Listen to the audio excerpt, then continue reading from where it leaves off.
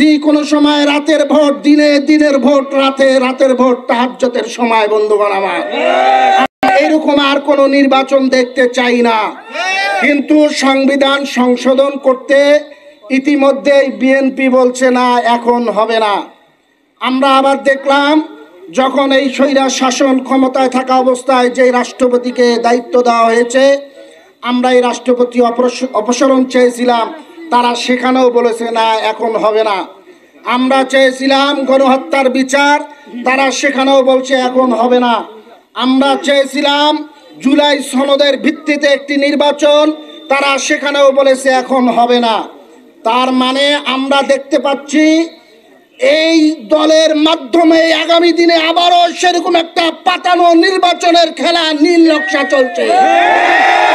বাংলাদেশের জনগণ এখন বুঝে গেছে এই রকম নির্বাচন বাংলাদেশের জনগণ আর মানবে না। আমরা বলতে চাই, বিএনপি তারেক রহমান যে 31 দফা ঘোষণা করেছে, সেখানে আপনারা বলেছেন সকল দলকে নিয়ে আগামীতে আপনারা একটি জাতীয় সরকার গঠন করতে চান। তো কিভাবে গঠন করতে চান? আপনারা অন্যদিকে পিআর পদ্ধতিকে আপনারা মেনে নিতে চান না। আমরাও চাই একটা জাতীয় সরকার গঠন হোক, তবে পিআর সিস্টেমের মাধ্যমে নির্বাচন হয়ে আগামী দিনে সকল দলের অংশগ্রহণ এই সংসদে থাক।